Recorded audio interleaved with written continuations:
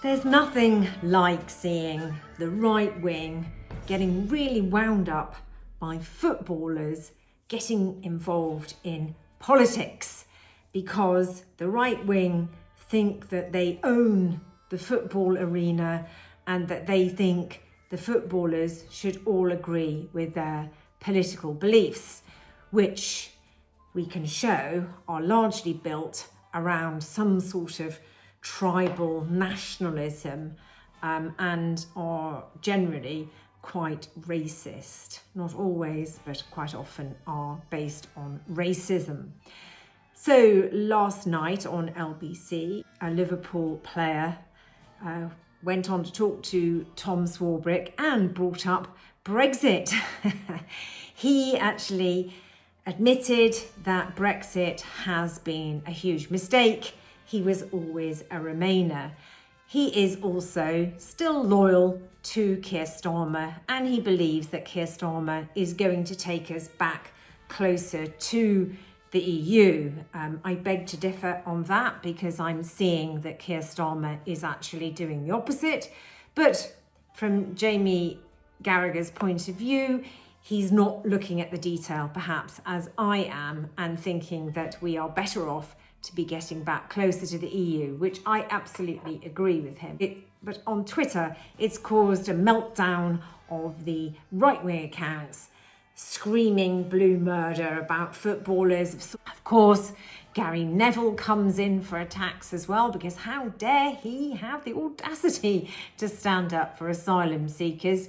He should be agreeing with the right-wing accounts who blame everything on everyone else apart from themselves. It's Keir Starmer's fault. So this has been going on a while. And listen, I am starting to talk about politics now, even though I'm saying I'm not fully immersed in it. But I just think what happened around sort of Brexit and that type of thing was, that was the probably the one time when I did probably get fully involved in politics. And yeah, I thought that was a big mistake, Brexit. And I think it's probably been proven correct that over the last, I don't know how long ago it was now, it feels 5 or 6 years ago, yeah. So that was the one time when I did get probably more involved. So maybe going back in would be part of the way of dealing with the division, back into the EU maybe? Well, I think it's hard just to go back in, because, it was a vote and people voted, a certain way. I think there was probably a lot of misinformation. I think we're all well aware of that at the time. I don't think you can just put someone back in whether you'd have another vote. I don't know if that would work, but I do like the fact that the Labour government are trying to, where they can, push us closer to the EU and have ties with the EU, whether, for employment and young people going to, abroad to work and vice versa. I do think that is a better version of that. But as I've said before, it's not my A game politics. So I'm sure you will try and tear this apart. Not at all. If Gary can deal with the boats and you can deal with Brexit, and then we might be onto something. Anyway, the other thing which has happened this week is the Reform Party have had a bit of a rebrand, a rejig of their economic policy, and dear old Nigel Farage came out and he looked thoroughly beaten to me. He seemed very downbeat and very dull, very bored, in fact, with being on the political stage. He wasn't excited about what he was talking about, because Nige has admitted that they're going to be fiscally responsible. And that, in turn, means, and his deputy, or it seems like his deputy, Richard Tice, confirmed this fact, that the Reform Party are going to throw most of their voters under the bus, because they're no longer prepared to guarantee the triple lock. Sometimes you have to be truthful with people and say, we cannot take the country towards bankruptcy. Debt to GDP is 100%. Will you be so truthful when the election is pending? That's why we're starting it now. Whenever the election is, let's have these difficult conversations in plenty of time, in a rational, grown-up way, and say, what can we do? If we don't create any growth back to 2-3% a year or more, which we used to have in the 80s and 90s, then we are heading towards we're heading towards bankruptcy. But you are saying it is possible then, and I understand the election is probably some way away, but you are saying it is possible that reform will do some work now that leads to you in your manifesto, in the run-up to the election, saying, we, never mind what the other parties are saying, or how much they shilly-shally around this issue, we are thinking that we could say the triple lock ends. Absolutely. Nigel has already clearly said we're not guaranteeing it. We have to look at what's affordable, where are the growth levels, and then if you get growth, you can make choices about where to spend it. If you've got no growth that we've got at the moment, then if you're borrowing £150 billion a year, don't be surprised if the bond market say, stop, something's got to give, and that's where we're headed. And I've heard some younger people celebrating, yeah, get rid of the triple lock, those old people don't need their pensions. Well, actually, in Britain, we have some of the lowest pensions in the Western world. So it isn't right for anyone to lose anything, whether it's from disability benefits to pension locks and employment benefits and all the rest of it.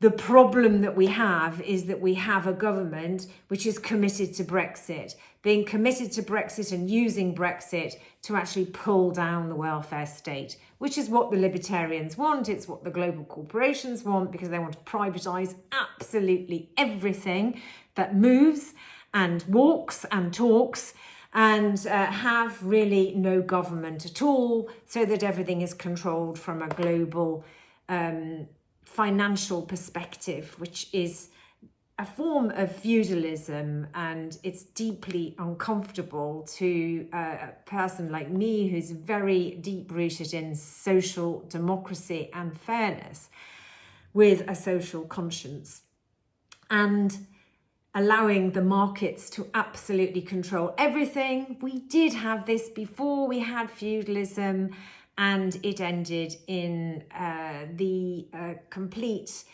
protection of the higher classes, and then an entrenched lower class that you never get out of. This is not progress, it's regressive. Anyway, the other interesting thing that happened this week is that UnHerd, the media platform which is owned by Paul Marshall, who owns GBB's, actually came out and gave some truth about the data around crime and immigration. Fraser Nelson presented the facts that as immigration has gone up, in fact, violent crime has come down. It's difficult to say that Britain is in the grip of an immigrant-driven crime wave. I should just say, for people listening on the podcast, what we're looking at is a chart with basically two lines that go in opposite directions. The immigrant population goes up from 2000, around about 4.5 million, to north of 12 million or thereabouts in the most recent year. And surveyed crime comes down in exactly the opposite trajectory. It's almost eerie, down from around 12 million a year to more like 4 million. It's an X shape, and it's really quite striking. Now, correlation is not causation, of course. It's not like the crime went down because the immigration went up.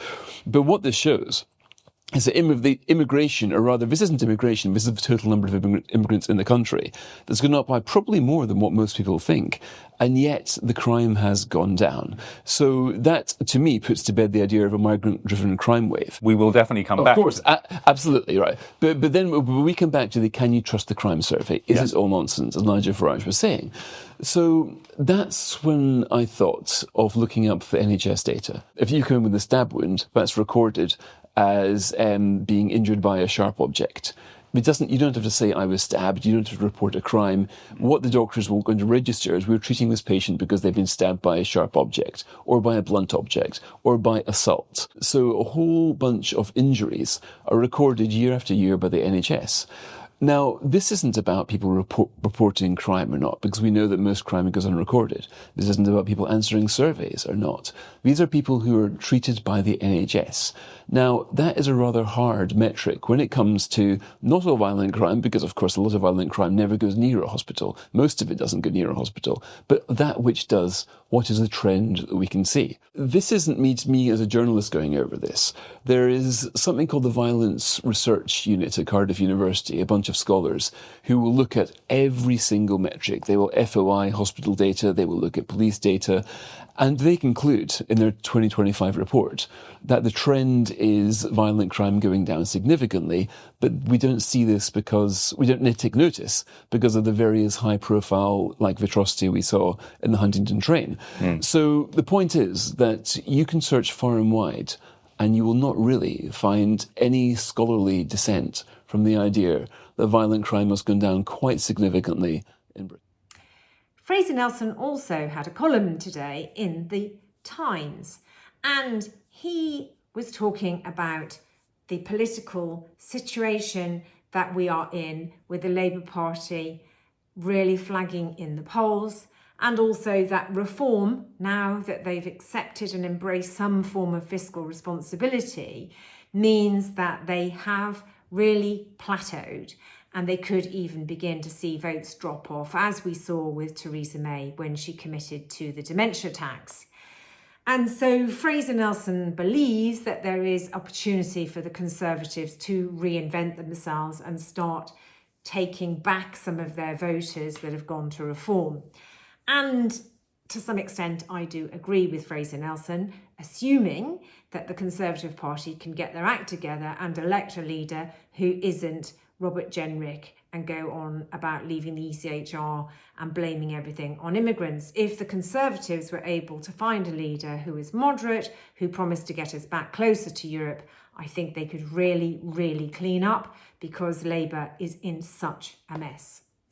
And then finally, I just wanted to finish with some fantastic news from Zack Polanski, the new leader of the Green Party, who is having such a run of exuberance in publicity, and he's getting across such a strong message, which is resulting in quite a dynamic shift in the polls. And this will have an impact on the Labour Party itself, because Zack on his own is pulling that Overton window back left, and I'm very pleased to see him do this, and he seems a very able and gifted politician. He's also got some good dance moves, but he appeared on television last night and cheered me up no end, and I hope you enjoy the clip. It's always tricky decision.